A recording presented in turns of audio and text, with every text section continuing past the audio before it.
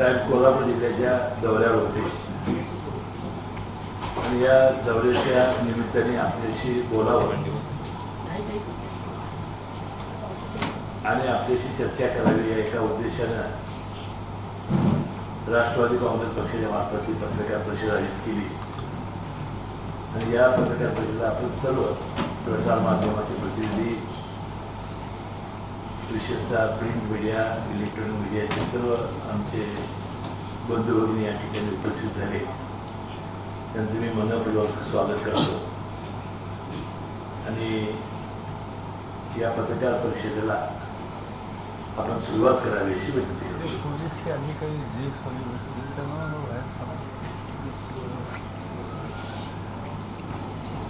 मी काय सांगायचं तुम्हाला चालू केलं. आता खरं सांगायचं म्हणजे एक तुम्ही बऱ्याच दिवसातून आलो, संसदेचं अधिवेशन चालू आहे.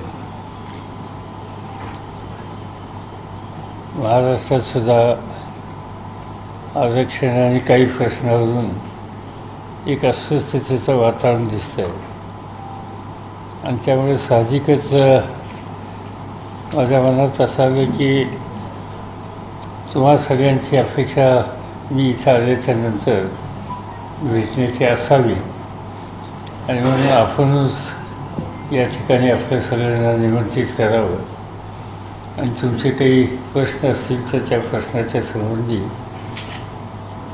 माझी काही मतं असतील किंवा पक्षाची धोरणं असतील ती तुमच्यापर्यंत सांगावीत. मला असं वाटतं की तुमच्यापैकी कोणी सुरुवात केली तर ते बरं होईल. मराठा क्रांती मोर्चाचं जे आंदोलन सुरू होतं त्यानंतर ते मोठ्या प्रमाणामध्ये चिघळ होतं. तुम्ही एक निवेदन काढणारे मुख्यमंत्र्यांनी चंद्रकांत पाटील यांच्याबद्दल तुम्ही सांगितले की त्यांच्या वक्तव्यामुळे चिघळ होतं. तुम्ही इतकी वर्ष साहेब राजकारणात आहे, राज्य सरकारचं नेमकं कुठं काय चुकलं असं तुम्हाला वाटतं? कसं आहे की ह्या आरक्षणाच्या संबंधीचा निर्णय यापूर्वी राष्ट्रवादी पक्ष आणि काँग्रेस पक्ष यांचं सरकार असताना त्यांनी तो निर्णय घेतलेला होता.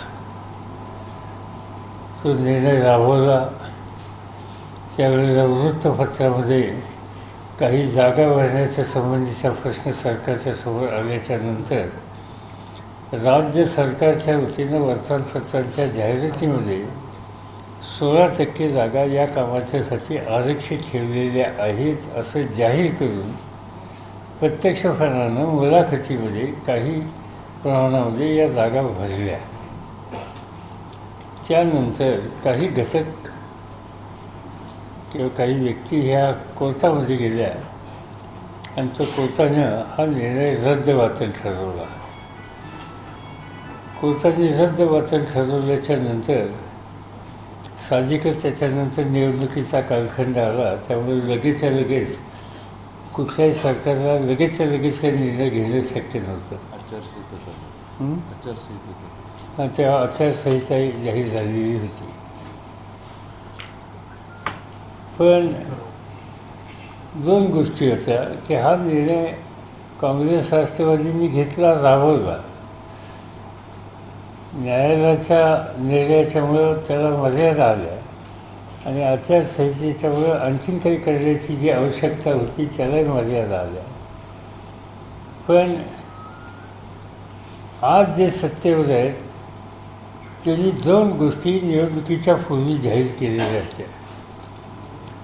एक, आत्ता राज्याच्या प्रमुखांनीच बारामतीला जाऊन धनगर समाजाच्या संदर्भात आम्ही पहिल्या मंत्रिमंडळाच्या बैठकीमध्ये निर्णय घेऊन त्यांना हव्या पद्धतीनं आम्ही आरक्षण देऊ, त्यांना आदिवासींच्यामध्ये जाण्याच्या संबंधीचा मागणी होती, हे जाहीर केलं. आणि 100 दिवसाच्या आत मराठा आरक्षणाच्या संबंधीचा सुद्धा निर्णय आम्ही घेऊ, हे एक अभिवचन त्यांनी दिलेलं होतं. निवडणुका झाल्या, त्यांच्या हातामध्ये सत्ता आली. साहजिकच मग धनगर समाज असेल मराठा समाज असेल की अन्य घटक असतील की ज्यांना ज्यांना आश्वासनं दिली होती त्या सगळ्यांना हे नवीन सरकार तातडीने काहीतरी करेल असं वाटत होतं.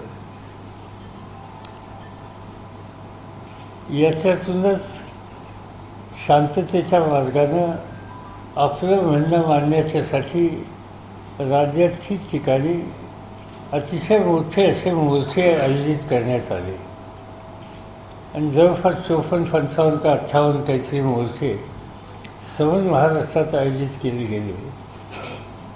आणि मी केंद्रामध्ये दिल्लीमध्ये असल्यामुळे पार्लमेंटमध्ये या मोर्चाच्या संबंधी दिल्लीमध्ये आणि विशेषतः दिल्लीच्या वृत्तपत्रामध्ये लोकांना अतिशय आश्चर्य वाटत होतं की एवढ्या मोठ्या प्रमाणात मोर्चे निघतात आणि इतका संयमाचा आदर्श या लोकांनी दाखवलेला आहे आणि त्याच्याबद्दलचं एक कौतुकसुद्धा अन्य राज्यामध्ये या सगळ्या मोर्चांच्या संबंधी होत होतं.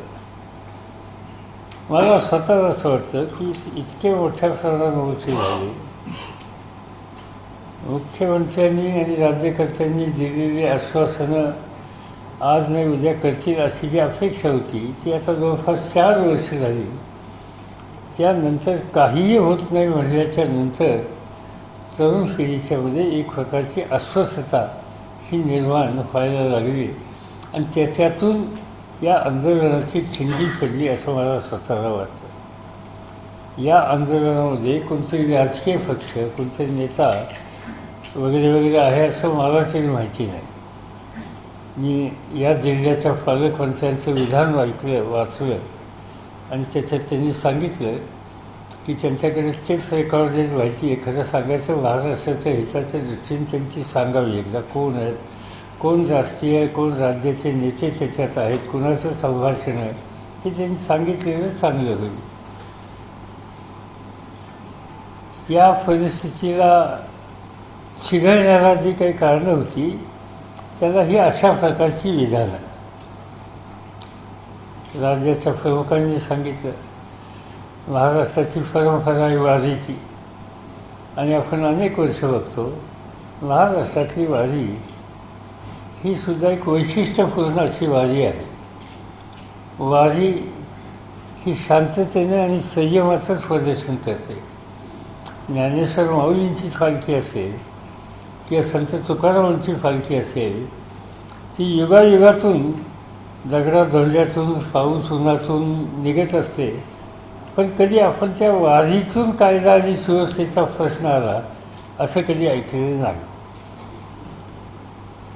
आणि असं असताना त्या वारीमध्ये काहीतरी साफ सोडले जातील, आणखीन काहीतरी सोडलं जाईल आणि त्याच्यामुळं काहीतरी वेगळं घडेल अशा प्रकारचं विधान हे राज्यकर्त्यांच्याकडून केलं गेलं आणि त्याच्यामुळं या तरुण पिढीच्या त्यांचा जो संताप होता त्याचा बांध फुटला गेला असावा आणि त्याच्यातून हे टोकाची भूमिका आज या ठिकाणी घेतलेली दिसते. राज्य सरकारने मला असं वाचण्यात आलं आज की आज काहीतरी बैठक बोलवली, माहिती नाही त्याच्यातनं काय होईल, काही मार्ग निघाला तर चांगलं आहे. पण एक तर 4 वर्ष लावली, इतकी आश्वासनं दिली आणि त्याच्यानंतर तुमच्या जिल्ह्याच्या पालकमंत्र्यांनी किंवा मुख्यमंत्र्यांनी केलेली विधानं ही या सगळ्या गोष्टीला एक आगीत तेल टाकण्यासारखं काम या सगळ्या माध्यमातून केलेलं आहे, विचारातनं केलेलं आहे. पण हे आणि त्यामुळंच आज कुठं ना कुठे नुकसान होतं आहे, कुठं ना कुठे बंद होत आहेत, लोकांची उद्रेक आपल्याला बघायला मिळतो आहे. मला स्वतःला असं वाटतं की एक राज्य सरकारने याचा निकाल घेतला पाहिजे तातडीने. कायदेशीर अडचणी आहेत असं ते म्हणतात. कायदेशीर अडचणीला पर्याय आहेत. कायदेशीर अडचणींचा पर्याय असं द्यायचा असेल तर आज केंद्र सरकारमध्ये भारतीय जनता पार्टीची सत्ता आहे, महाराष्ट्रामध्ये त्यांचं सरकार आहे.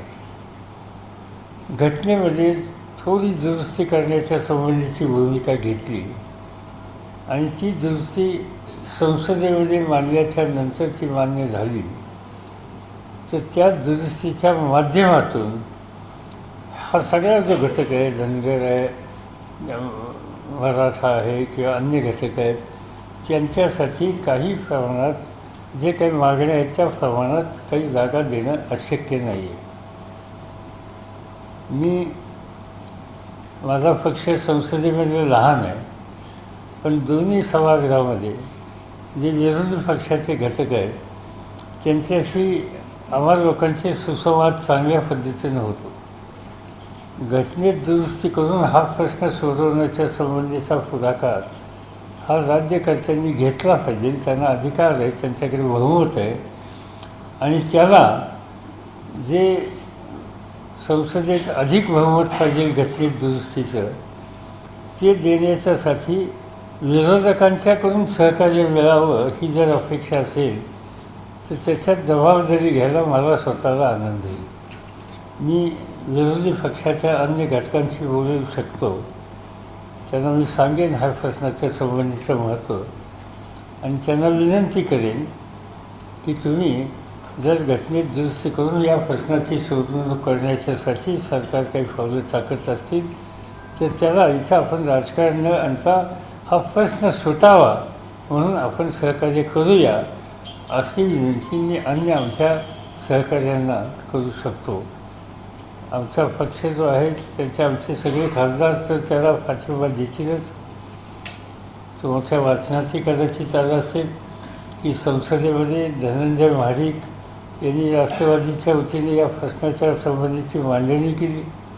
सुप्रिया सुळे यांनी या प्रश्नाच्या संबंधीची मांडणी केली. आणखीन कोण बोललं? तुम्ही दोघं. म्हणजे आता संसदेत महाराष्ट्रात आमचे 4 खासदार आहेत. त्या 4पैकी 2 खासदारांनी त्या ठिकाणी या भूमिकेला पाठिंबा दिला आणि आमची नीती या संबंधीची काय ही सगळ्यांच्या समोर स्पष्ट केली, राज्य सरकारच्या समोर, केंद्र सरकारच्या समोर स्पष्ट केली. आणि त्यामुळं या प्रश्नाच्या सोडवणुकीच्यासाठी आवश्यक तो बदल करण्याची जी आवश्यकता आहे त्याला आम्हा सगळ्यांचा पूर्णपणानं सहकार्य राहील आणि त्यातनं हा प्रश्न सुटावा अशा प्रकारची अपेक्षा आम्हा लोकांची. महाराष्ट्रात हे असं फार अस्वस्थतेचं वातावरण हे महाराष्ट्राच्या हिताचं नाही. दुसरी गोष्ट, मी या सगळ्या तरुण मुलांना त्यांच्या भावना मी समजू शकतो, त्या रास्त आहेत, पण त्याच्याबरोबर मी हेही आवाहन करू इच्छितो की आपण आपला आग्रह मांडणं हे लोकशाहीमध्ये काही चुकीचं नाही, ते योग्य आहे. पण ते करत असताना आता माझ्या वाचण्यात आज आलं की सांगली जिल्ह्यामध्ये एका गावात, शिराळ तालुक्यामध्ये एका बसला आग लावली आणि त्याच्यात विद्यार्थी होते. सुदैवाने घाईघाईचे विद्यार्थी खाली उतरले, नाही तर काहीतरी अघटित घडलं असतं आणि ज्याचा दोष नाही. या सगळ्या तरुणांचा काही विद्यार्थ्यांच्याशी संघर्ष नाही आहे किंवा बसमध्ये बसलेल्या पॅसेंजरशी काही संघर्ष नाही. त्यांचा राज्य सरकारच्या नाकर्तेपणाच्या संबंधीचा हा राग आहे आणि म्हणून राज्य सरकारच्या नाकर्तेपणाची किंमत ही सामान्य नागरिकांना मिळू नये याची खबरदारी या आंदोलकांनी घेण्याची आवश्यकता असं मला स्वतःला वाटतं. ती समंजसपणाची भूमिका त्यांनी घ्यावी. आज मुख्यमंत्र्यांनी जी बैठक बोलवली त्याच्यात मुख्यमंत्र्यांनी निश्चित कालावधीमध्ये काय करणार आहोत या सगळ्या गोष्टीच्या संबंधीची कल्पना दिली, काही निर्णय घेतले. कारण आज तुमच्यापैकी काही लोकांनी बातमी दिलेली आहे की यापूर्वी सरकारने धोरण जाहीर केलं होतं की आम्ही इतकी वसतिगृह बांधू, आम्ही अमुक करू, तमुक करू. त्याची काही सुरुवात झालेली नाही. त्या संबंधीचे फायली या कुठे धूळ खात पडलेल्या आहेत अशी बातमी आहे. ती खरी असेल तर असा विलंब या ठिकाणी जाऊ नये. सुप्रीम कोर्टामध्ये जी मॅटर आहे त्या ठिकाणी सरकारच्या वतीनं रास्त पद्धतीनं भूमिका मांडणारे वकील वेळेवर हजर राहिले पाहिजेत. मागच्या वेळी ते हजर नव्हते आणि त्यामुळं या प्रश्नाच्या संबंधीची एक सोडवणूक लवकर होऊ शकली नाही. ही दुर्लक्ष करण्याची भूमिका राज्य सरकारने सोडावी आणि यातनं लवकरात लवकर मार्ग काढावा अशा प्रकारचा आग्रह आम्हा लोकांचा आहे. सर, आता तुम्ही म्हणाला की चंद्रकांतदादा पाटील पालकमंत्र्यांनी नावं जाहीर करावी, तर पालकमंत्री गणेश म्हणतात की शरद पवार हे अतिशय चांगले नेते आहेत, अनुभवी होते, पण स्वतःच्या स्वार्थासाठी त्यांनी समाजामध्ये विद्वेष निर्माण करू नये असे स्टेटमेंट पालकमंत्र्यांनी द्वेष याच्यात मी जे आता बोलतो याच्यातनं द्वेष निर्माण करण्याचं कुठे बोलतो. असं आहे की पालकमंत्र्यांचं वैशिष्ट्य आहे की काही बोलण्याच्या संबंधीचं राजकारणामध्ये एखाद्या व्यक्तीला अपघातांना संधी मिळते, त्या संधीचा सदुपयोग करायचा असतो, पण तो सदुपयोग करण्याच्यापेक्षा वादग्रस्त विधानं करण्याच्यामध्येच फार महत्त्व आहे आणि आपलं वैशिष्ट्य आहे असं सांगण्याची भूमिका सातत्याने त्यांच्याकडनं होते. त्यामुळं त्यांच्या ह्या अशा विधानाकडे लक्ष देऊ नये. साहेब, आपण जे पत्रक काढलेलं आहे त्याच्यामध्ये तामिळनाडूच्या धर्तीवर आरक्षण द्यावं असं म्हणतात आहे, ते तांत्रिकदृष्ट्या शक्य आहे का? आणि दुसरा मुद्दा, घटना दुरुस्तीचा आपण एक पर्याय सुचवला, राज्य सरकारच्या हातात हा मुद्दा नाहीच आहे का? नाही असं आहे. आज राज्य सरकार कोणत्या राजकीय पक्षाचं आहे आणि केंद्रामध्ये सरकार कोणाचं आहे? जर केंद्रामध्ये आणि राज्यामध्ये एकाच विचारश्रेणीचा अधिकार असेल, पक्ष असेल, सरकार असेल, तर ते संसदेमध्ये मांडू शकतात ना.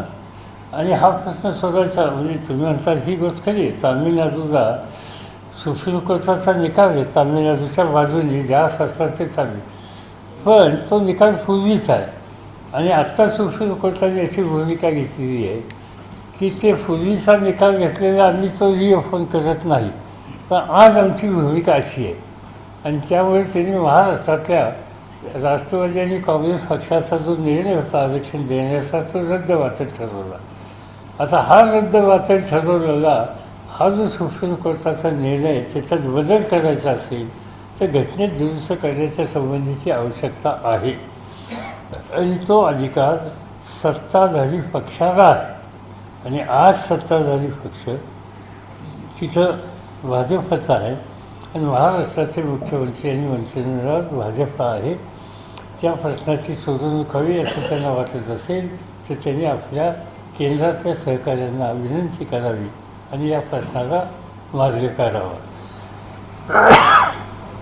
तुमच्या राजकारणाचं एक सूत्र आहे की भाकरी परतली जाते. वैयक्तिक महाराष्ट्रामध्ये एकीकडे महाराष्ट्रामध्ये मनोरंजन केल्याने राणे आले होते. आज मुख्यमंत्री पदाची आवश्यकता तुम्हाला वाटते? असं आहे की तो त्यांचा अंतर्गत प्रश्न आहे. त्यामुळे मला काही त्याच्या संबंध नाही. आम्हाला हे मुख्यमंत्री बदलाच्या संबंधीचा आम्ही कोण आग्रह करणार? काय ते शिवसेना BJP यांचं काम आहे, त्यांनी त्या संबंधीचा विचार करावा. आणि आज ज्या पद्धतीने चंद्रकांत पाटील काय मुख्यमंत्री काय जे बोलत आहेत तर ते आमच्या दृष्टीने सोयीच आहे. वर्षसाधारण निवडणूक आहेत, या सगळ्या बोलण्यातून आमचे बरेचसे प्रश्न सुकर होती. त्यामुळे आम्ही बदलाच्या बद्दलचा आग्रह आम्ही धरत नाही, ते त्यांनी धरावं. आणि शिवसेनेच्या मला वाटतं की मुखपत्रामध्ये किंवा कशामध्ये तरी असे काहीतरी भाषा आलेली असं माझ्या वाचण्यात आलं. असं की त्याला ब्राह्मण मराठा महाराष्ट्रात कधी ब्राह्मण मुख्यमंत्री नव्हता असं नाही. बाळासाहेब खेड महाराष्ट्राचे पहिले मुख्यमंत्री हे कोण होते आणि ते अनेक वर्ष मुख्यमंत्री होते. मनोहर जोशी महाराष्ट्राचे मुख्यमंत्री होते. तर त्याच्यामध्ये असं काही घडलेलं नाही. त्यामुळे हे कारण नसताना जातीवर मुख्यमंत्र्याच्या संबंधीचं विश्लेषण करणं हे मला स्वतःला योग्य वाटत नाही. लोकसभा निवडणुकाचं वातावरण सुरू झालेलं आहे. त्या संदर्भात ते दोन प्रश्न आहेत. एक तर काँग्रेसची बैठक होऊन गठबंधन कोणाचे करायचं याचे अधिकार राहुल गांधींना दिलेले आहे आणि काँग्रेसनं असं ठरवलेलं आहे की पंतप्रधान पदाचा उमेदवार म्हणून पण राहुल गांधींना पुढे केलेलं आहे. परंतु त्याच्यावर वाद झाल्यानंतर त्यांनी आणखी दोन नावं त्यामध्ये ऍड केलेले आहेत, एक ममता बॅनर्जी आणि मायावती. तर अशी ठराविक नावं पुढे आणणं योग्य आहे का? आणि दुसरा मुद्दा, आपण सुद्धा मायावतीची भेट घेतली. माझ्या मते म्हणजे माझ्या पक्षापुरतं मर्यादित सांगतो की काँग्रेस पक्षाचा ठराव होण्याच्या पूर्वी काँग्रेस पक्षाचे अध्यक्ष आणि राष्ट्रवादीचा अध्यक्ष म्हणून मी आमच्या 3 बैठका झाल्या आणि आमच्या 3 बैठकीमध्ये निवडणुकीला एकत्रित सामोरं जाण्याच्या संबंधीचा आमचा निर्णय झाला.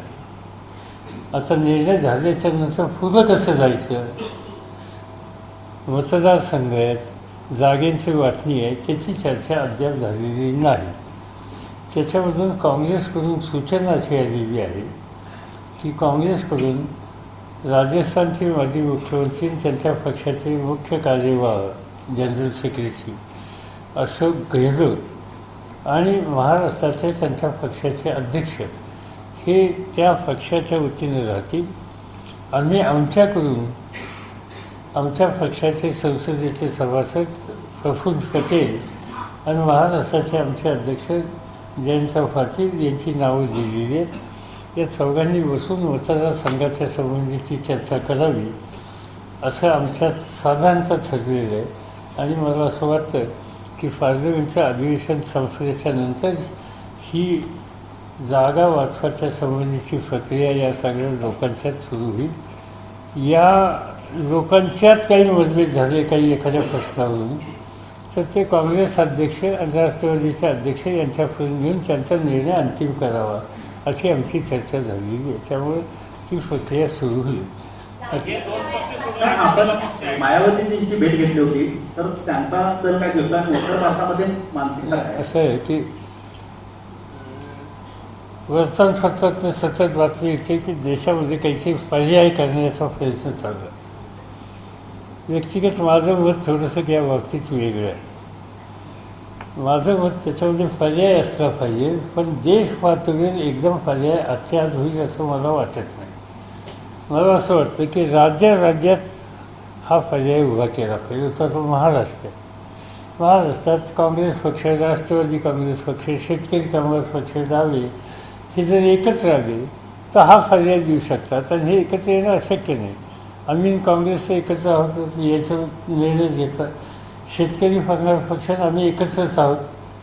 आज रायगड जिल्हा किंवा काय या सगळ्या निवडणुकीची आमच्याबरोबरच असतात, आम्हीच त्यांच्यावर असतो.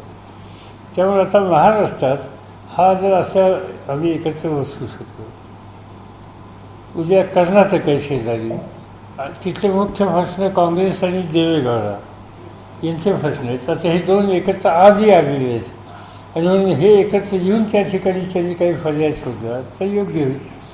आज तुम्ही मध्य प्रदेश, राजस्थान किंवा पंजाब या राज्यामध्ये गेलात तर तिथं काँग्रेस पक्ष हा मुख्य पक्ष आहे आणि त्यामुळे काँग्रेस आणि अन्य विरोधकांनी त्या राज्यात एकत्र यावे. उत्तर प्रदेशमध्ये मायावती आणि अखिलेश प्रसाद आणि काँग्रेस यांनी एकत्र यावं आणि तिथले प्रश्न सोडवायचे. असं जर केलं तर निवडणुकीच्या पूर्वी त्या राज्यात एक पर्याय भारतीय जनता पार्टीला हा निर्माण होण्याची शक्यता मला वाटते आणि त्याच्यात लक्ष घातलं पाहिजे. कारण सबंध देशामध्ये आता मी उद्या आग्रह केला राष्ट्रवादीने किंवा मला पंजाबमध्ये जागा पाहिजे, त्याचा काय अर्थ नाही. कारण पंजाबमध्ये आमची शक्ती नाही आहे, त्यामुळे उगीच आम्ही मागायची आवश्यकता नाही.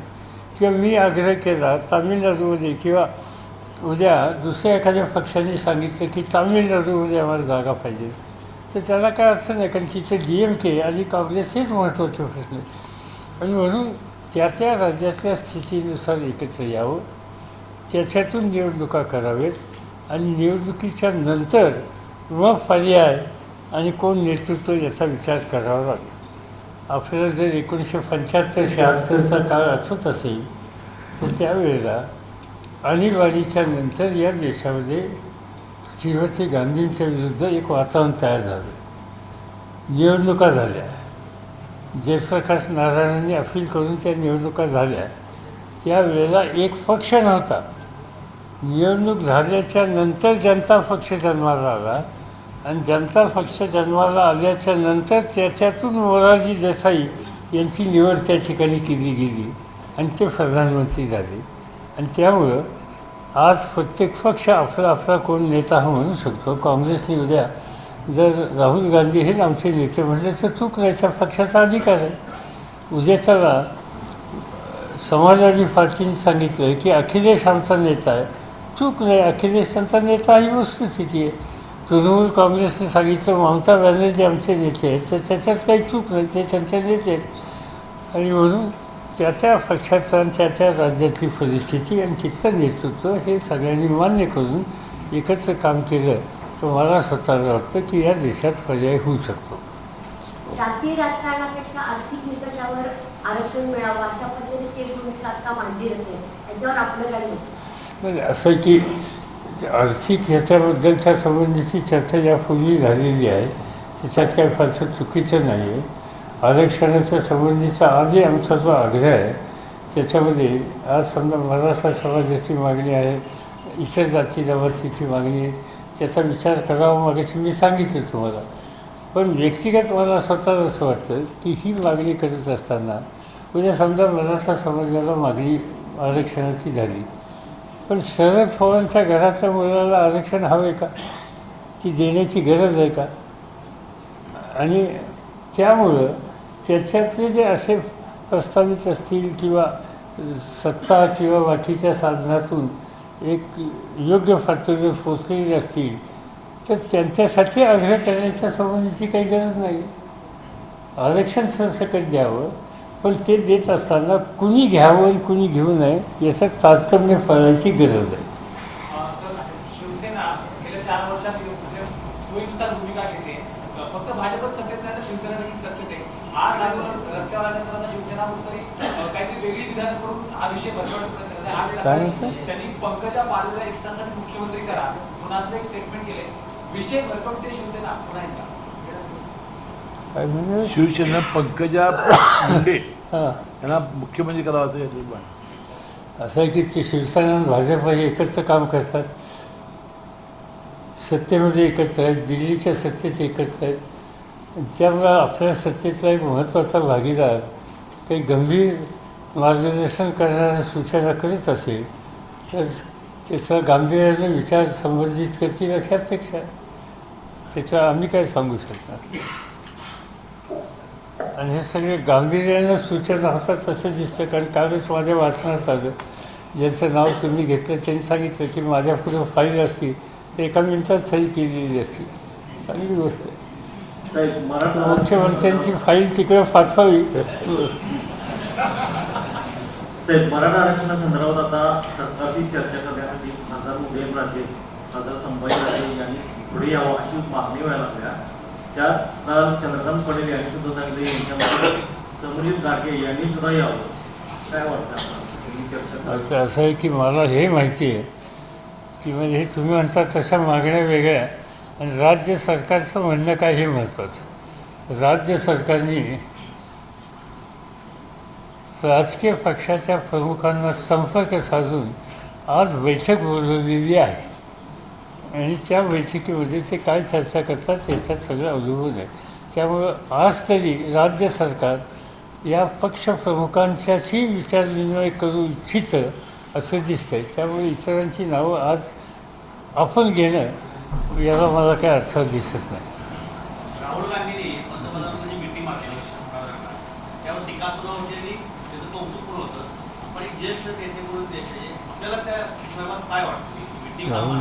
राहुल मिठी मांडली हां हां, त्याच्याबद्दल मिठी मारली लोकसभा. असं त्यांनी सांगितलं ना, किंवा आता असं आहे की सत्ताधारी पक्ष त्याला कधी पप्पू म्हणतात, कधी काय म्हणतात, तर त्यांनी जाऊन सांगितलं वा ठीक आहे, जे काही म्हणणं होतं ते त्यांनी अतिशय उत्तम रीतीनं प्रभावितीनं मांडलं. पण आपलं जाऊन सांगितलं मी लहान आहे, तुम्ही म्हणता ना मी पप्पू आहे, मी लहान आहे. हो ठीक आहे, वयाने मी तुमचा लहान आहे आणि म्हणून मी प्रेमाने मिठी मारतो. काल गुरुपौर्णिमा झाली, तुम्हाला काल गुरुपौर्णिमा झाली, तुम्ही गुरु आहात असं पंतप्रधानांनी यापूर्वी सांगितले. काल काय गुरु कोणाचे, तुमचे का कोणाचे? गुरु तुमचे का कोणाचे सांगता? आणि मोदी तुम्हाला मोदी गुरु मानतात हे म्हणतात. असंही कुठनं शोध लावला तुम्ही?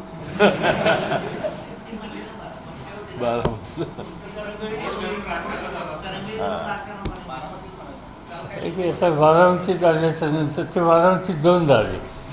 एकदा निवडणुकीच्या आधी आले आणि त्यावेळेला निवडणुकीच्या त्या सभेमध्ये त्यांनी सांगितलं काय वाटेल ते करा आणि शरद पवारांनी या लोकांना कायमचं घरी बसवा, हे त्यांनी मार्गदर्शन केलं. आणि नंतर यांच्याकडून मी सल्ला घेतो हे मार्गदर्शन केलं. आता पहिला सल्ला मी काही दिलेला नव्हता. ते प्रसंगी परिस्थिती बघून बोलत असतात, हा त्याचा अर्थ आहे. असं की प्रधानमंत्री पद आहे, ती इन्स्टिट्यूशन आहे, त्यामुळं त्या पदाची मी हे करू इच्छित नाही. महाराष्ट्रातले काही आमदार राजीनामा देत आहेत, हा आरक्षण मिळण्यासाठी मार्ग होऊ शकतो का? असं आहे की लोकांनी मागणी केली म्हणून दिली असं म्हणतात. लोकांची विधिमंडळामध्ये जाऊन या प्रश्नाची सोडवणूक करण्याच्यासाठी आग्रही भूमिका घेणं हे फायद्याचं आहे का या लढाईतून बाहेर पडणं हे फायद्याचं, याचा विचार करावा लागेल. मला असं वाटतं की लोकशाहीमध्ये लोकांचं जे म्हणणं असेल ते आपल्याला पचत असेल तर ते म्हणणं प्रभावीपणानं त्या व्यासपीठावर जाऊन मांडण्याची काळजी घेणं आणि त्यासाठी लोकांनी तिथं पाठवलेलं आहे याचं स्मरण ठेवलं पाहिजे. पाकिस्तानच्या निवडणुका झाल्या आणि तिथले क्रिकेटचे कर्णधार इम्रान खान यांच्याकडे पंतप्रधानपद येत आहे आणि आपण क्रिकेटचं नेतृत्व संघटनेचं केलेलं आहे जगभरचं, तर या काळात त्यांच्याशी काही आपले संबंध आले होते का? नाही, पूर्वी आले होते. म्हणजे ते जेव्हा भारताच्या म्हणजे पाकिस्तानच्या वतीने खेळत होतं, भारतात आले किंवा कुठं आले त्यावेळी त्यांना एकदा भेटी झाल्या. तर मी भारताच्या क्रिकेट संघाचा अध्यक्ष होतो, मी जगाच्या क्रिकेट संघटनेचा अध्यक्ष होतो, त्यामुळे सगळ्या जगातल्या खेळाडूंशी सुसंवाद यायचा, त्याचा त्यांच्याशी आलेला होता, पण राजकीय नाही. पाकिस्तान क्रिकेट संघाचे अध्यक्ष पाकिस्तान क्रिकेट संघाचं कप्तान देशाचा पंतप्रधान झाला, तसा आपल्या या क्रिकेट संघाच्या नेतृत्वाने आपण पंतप्रधान करत बघायचं आपल्याला. नाही म्हणजे आता आजचा क्रिकेट संघाचा अध्यक्ष मला तर आहे ना, काय त्याचं हा कॅप्टन कोण आहे आता? हा विराट कोहली. विराट कोहली. विचारूया आपण त्यांना काय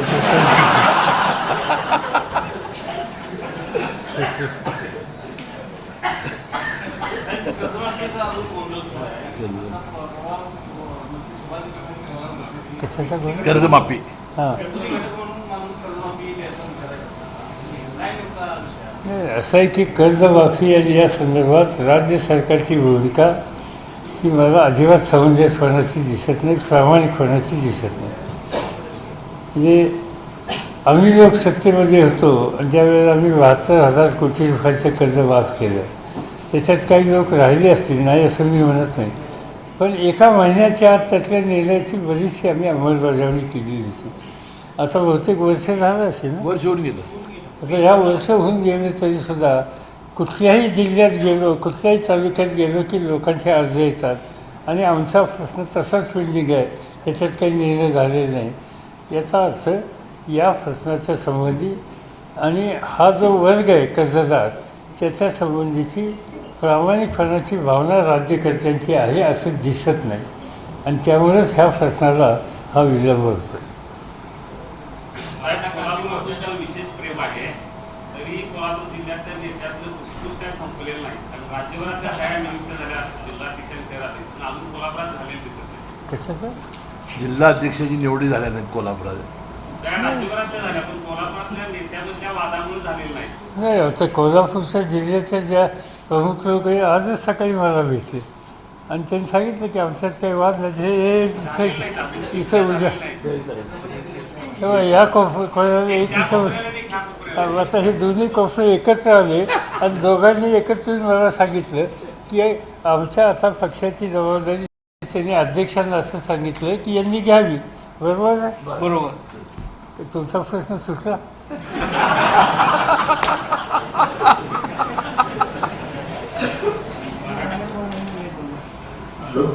मराठा क्रांती मोर्चाच्या पाठीमागे अप्रत्यक्षरित्या शरद पवार आहेत असं म्हटलं जातं आणि चंद्रकांत दादा म्हणते की निवडणुका जवळ आल्यानंतर शरद पवारांना जात आठवलं. असं आहे की शरद पवार 14 वेळी निवडणुकीला उभे झाले आणि डायरेक्ट निवडणुका त्यातले त्यांनी 7 केल्या. चंद्रकांत दादांना अजून डायरेक्ट इलेक्शनला जाऊन लोकांना सामोरं जायचं शिकायचं, त्यांना एकदा शिकून द्या त्या संबंधीची, नंतर शरद पवारांच्याबद्दल बोलायला त्यांनी काय बोलायचं असेल ते बोलावं. आंदोलनाच्या काळात मुख्यमंत्री गप्प राहिले त्यामुळे आंदोलन चिघळलं असं वाटते का? आणि ते आता जे मुख्यमंत्री आहेत ते विरोधात असताना कोणताही आरोप झाला तर राजीनाम्याची मागणी करते मुख्यमंत्र्यांच्या किंवा मंत्र्यांच्या,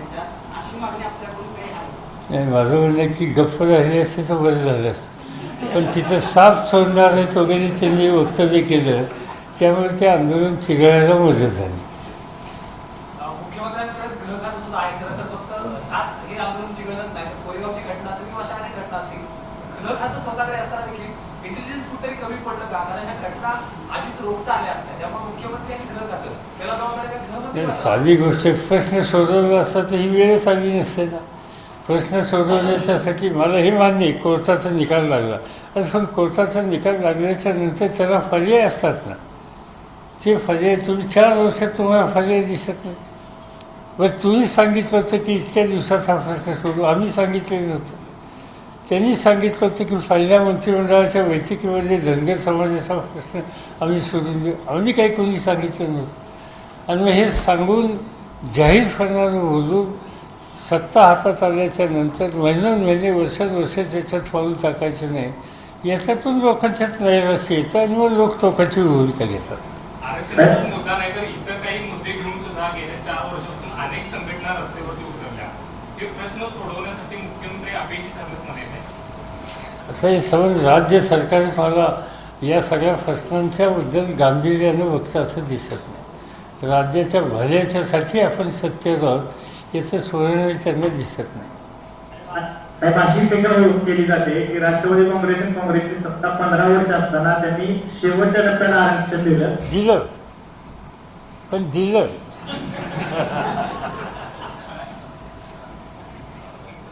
आणि कसं आहे, सरकारमध्ये रोज निर्णय होत नसतात. वर्षाचा रोजगार हमीचा निर्णय हा कधी झाला तुम्हाला आठवत असेल, कदाचित तुम्ही पत्रकारिताही करत नसाल त्या काळात. त्या काळात तो झाला, त्याच्यानंतर त्याच्यात दुरुस्ती काय आली, त्या रोजगार हमीला तर मी मुख्यमंत्री झाल्यावर बदल केला आणि बदल करून त्याच्यात आम्ही फळबाग लावल्या आणि फळबागाला रोजगार हमीची जोडली. हा निर्णय नंतर घेतला. ही निर्णयाची प्रक्रिया लोकशाहीमध्ये चालू असते, ती एकाच वेळेला होत नसते, पण योग्य वेळा येतात. लोकांच्याकडून सुद्धा तशा प्रकारच्या भावना होतात, त्याची नोंद राज्यकर्त्यांनी घ्यावी लागते. आणि म्हणून ह्या आरक्षणाच्या संबंधीची नोंद जेव्हा प्रस्तावित आली त्यावेळेच्या सरकारने घेतली, पण आजच्या सरकारने जाहीर करून याची कृती केलेली नाही, त्याच्यामुळे ही परिस्थिती उद्भवली.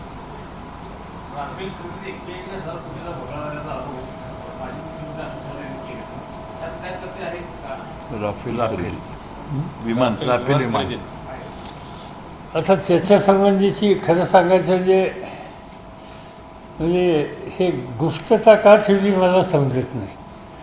म्हणजे तुम्हाला कदाचित आठवत असेल की राजीव गांधी प्रधानमंत्री असताना त्यावेळेला अशीच कॉन्ट्रॅक्ट बोफोर्सवरून झालेली होती. इथं मागणी काय, मागणी अशी आहे की 2 गोष्टी आहेत त्याच्यामध्ये.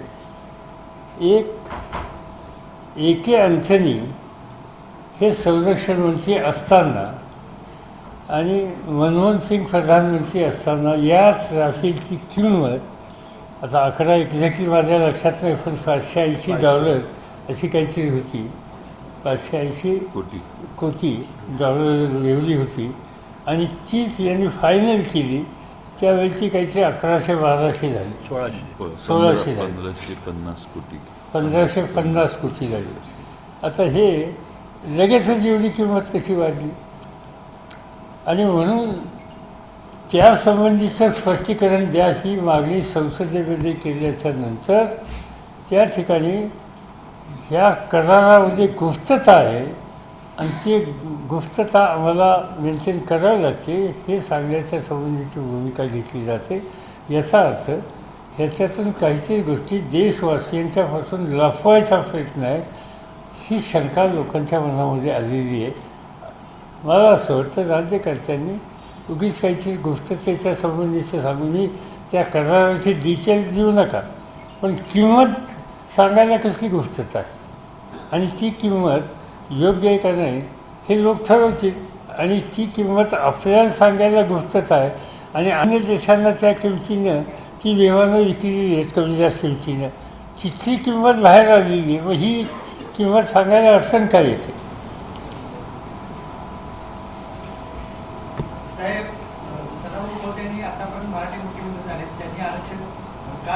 टीका केली आहे त्याच्यावर तुम्हाला काय वाटतं? ते सांगितलं ना, पाठीमागच्या सरकारने आरक्षण दिलं होतं, दिलं, राबवलं आणि त्याच्यानंतर त्याचा निर्णय कोर्टाने वेगळा घेतला. सर, राज ठाकरे यांची काल मुंबईत सभा झाली. त्यात त्यांनी मुसलमानांच्या विरोधात एक वक्तव्य केलं की त्यांनी जो नमाज पडतात तो गुंग्याच्या आवाजात टाकतात तेव्हा त्यांनी तो घरात पडावा असे राज ठाकरे यांनी वक्तव्य केलं. त्याचं असं की त्याच्यावर मी भाष्य करावं असं काही हे नाही.